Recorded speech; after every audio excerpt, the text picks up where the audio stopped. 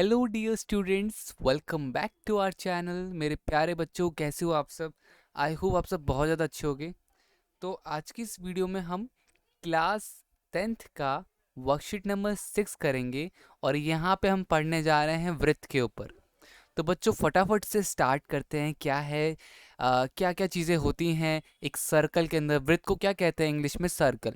आप सबको कुछ वर्ड्स इंग्लिश में याद होने ज़रूरी हैं, क्योंकि वो आपके लाइफ टाइम में ज़रूरी होता है ना, क्योंकि हर किसी को वृत्त का मतलब नहीं पता। अगर आप पूछोगे वृत्त क्या होता है, तो जिनको जो हिंदी मीडियम है उन्हें पता होता है। तो आपको इंग्लिश भी साथ साथ ध्यान में रखना है कि वृत्त को सर्कल कहते हैं। बस सर, बस हमें पता है वृत्त को सर्कल कहते हैं, आप भी ना। ओके, तो कंटिन्यू करते हैं। तो सबसे पहला चाप। चाप किसे कहते हैं? तो देखो, जहाँ पर ना इस जब हम कभी भी कोई ऐसा भाग दर्शाते हैं, जैसे कि ये वाला पार्ट, तो ये हमारा क्या हो जाएगा? ये हमारा चाप हो जाएगा। ठीक है, तो लिखा हुआ है वृत्त पर दो बिंदुओं के बीच के भाग को चाप कहते हैं। जैसे मैंने एक बिंदु ये बना लिया और एक बिंदु ये बना लिया, तो इनके बीच का जितना भी भाग होगा इसको हम चाप कहेंगे। ठीक है, अब बात करते हैं जीवा की। अब ये जीवा क्या चीज होती है? जीवा वृत्त के एक बिंदु से दूसरे बिंदु को मिलाकर बनने वाला रेखाखंड वृत्त की जीवा कहलाती है। अब देखो, ये देखो, सपोज दो बिंदु है, एक बिंदु ये और एक बिंदु ये। इन दोनों के बिंदु को मिला दोगे तो ये हमारा क्या बन जाएगा? ये हमारा जीवा बन जाएगा। ठीक है, तो चाप क्या होता है? चाप होता है इन दोनों बीच का सफर, यहाँ से यहाँ तक का सफर चाप हो गया। और जीवा हो गया कि भाई दोनों लाइनों को मिला दोगे तो वो जीवा बन जाएगी। जैसे अगर इसमें मुझे बनाना हुआ तो इसमें मैं कैसे बनाऊंगा? तो जैसे कि ये चाप जो है, अगर इसमें मुझे जीवा बनानी है तो इस पॉइंट को और इस पॉइंट को मैं मिला दूंगा। तो मिला दिया तो ये क्या बन गया? तो ये मैं इसको पी और क्यू ले लेता हूँ, तो पी क्यू एक और चाप मैंने बना दी, सॉरी, एक और जीवा मैंने बना दी। ठीक है, त्रिज्य खंड। अब त्रिज्य खंड क्या होता है? तो चाप के दोनों सिरों को केंद्र से मिलाने वाला त्रिज्याओं और चाप के मध्य क्षेत्र को त्रिज्यखंड कहते हैं। तो देखो, ये देखो, यहाँ पे ये जो था आपका चाप, एक ये एक ये, तो ये जो चाप था हमारा, इसको हमने किससे मिलाया? केंद्र से मिला दिया। केंद्र से मिला दोगे तो क्या बन जाएगा? केंद्र से मिला दोगे तो बन जाएगा आपका ये त्रिज्यखंड। अब बात करते हैं वृत्तखंड। तो वृत्तखंड क्या है? वृत्तखंड जीवा और चाप के मध्य क्षेत्र को वृत्तखंड कहते हैं। अब देखो, ये क्या हो गया? ये हो गया आपका जीवा। ठीक है, ये क्या हो गया? ये हो गया आपका चाप। तो जीवा चाप मिला दिया तो क्या बन गया? वृत्तखंड बन गया। तो बच्चों ये चीज़ तो आई होप आपको क्लियर हो गई होगी। अब देखो, यहाँ पर ना कुछ बहुत ही महत्वपूर्ण प्रॉपर्टीज़ हैं, प्रमेय हैं, जो आपको ध्यान में रखना है। वृत्त की बराबर जीवाएं केंद्र पर बराबर कोण अंतरित करती है। कहने का मतलब ये है कि जैसे एक जीवा ए बी हो गया, तो ए बी और पी क्यू अगर आपस में बराबर हैं, इक्वल हैं, तो उनका जो कोण होगा, ये वाला कोण, ये भी बराबर होगा। ठीक है, तो मतलब कि कहने का मतलब क्या है कि अगर ए बी बराबर हुआ किसके? पी क्यू के, तो मतलब कि ए ओ बी आपका एंगल क्या होगा? एंगल ए ओ बी, कोण ए ओ बी भी बराबर होगा किसके? कोण पी ओ क्यू के। आई होप बच्चों ये क्लियर हो गया क्या बताना चाह रहे हैं। ओके, एक वृत्त के केंद्र से एक जीवा पर डाला गया लंब एक वृत्त के केंद्र, वृत्त का केंद्र क्या होता है? यहाँ पर होता है बीचों बीच। अगर हम उसके जीवा पे क्या डालें, आपका अगर हम परपेंडिकुलर बनाते हैं, ठीक है ना, तो वो क्या होता है? लंब बनाते हैं, तो वो क्या होता है? वो बेसिकली आपका दो बराबर भागों में बढ़ जाता है, समद्विभाजित हो जाता है। समद्विभाजित मतलब कि दो बराबर भागों में बढ़ जाता है। तो क्या बोला गया कि अगर हम परपेंडिकुलर बनाएं तो ओडी परपेंडिकुलर बनाते हैं हम किसके साथ? ए बी का। तो इसका मतलब क्या होगा? इसका मतलब ये होगा कि ए डी जो होगा बराबर होगा डी बी के। ठीक है, अच्छा अगले पे आते हैं। एक वृत्त की या सर्वांगसम वृत्तों की बराबर जीवाएं केंद्र से समान दूरी पर होती हैं। मतलब कि अगर आपका ए बी जो होगा, ये जो जीवा है, और अगर आपका ये जो है, ये दोनों जीवा अगर बराबर हैं तो इनकी दूरी भी, इनकी केंद्र से दूरी भी बराबर होगी। मतलब कि ओ ए जो होगा वो बराबर होगा ओ बी के। अगले पर आते हैं बच्चों। एक चाप द्वारा केंद्र पर अंतरित कोण, मतलब देखो ये जो चाप है आपका, इससे हमारा केंद्र पे अंतरित कोण है एक तो ये, ठीक है, और वृत्त के शेष भाग के किसी बिंदु पर अंतरित कोण का दुगना होता है। और ये क्या होगा? यहाँ से इसका दुगना होगा।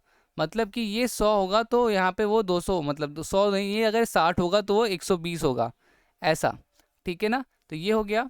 अब अगला क्या है, अगला है यदि, देखो अभी चतुर्भुज है, चतुर्भुज के चारों को अगर हम ऐड कर देते तो हो जाता है 360, चारों एंगल को ऐड कर दोगे तो हो जाएगा 360, और किसी दो एंगल को ऐड करोगे, मतलब angle A plus angle C करोगे, तो वहाँ पे क्या होगा, 180 डिग्री का कोण बनेगा।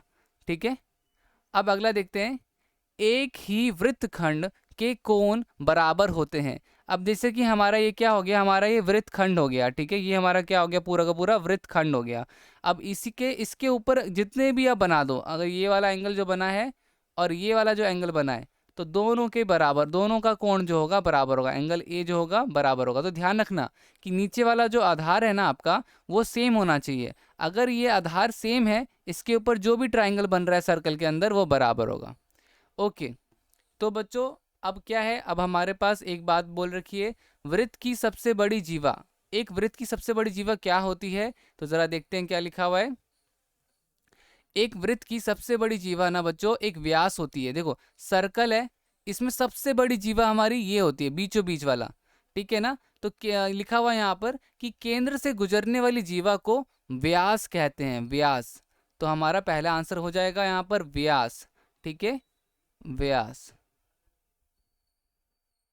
ठीक है, जीवा और चाप के मध्य क्षेत्र को डैश कहते हैं, ये भी हमने पढ़ा था बच्चों। देखो मैं आपको किस तरह से बता रहा हूँ धीरे धीरे कि किस तरह से हम यहाँ पर आंसर निकालते हैं। ठीक है ना, तो देखो जीवा और चाप के बीच के मध्य क्षेत्र को वृत्तखंड कहते हैं। क्या कहते हैं, वृत्तखंड, वृत्तखंड। तो यहाँ पे हम वृत्तखंड कहते हैं। ठीक है,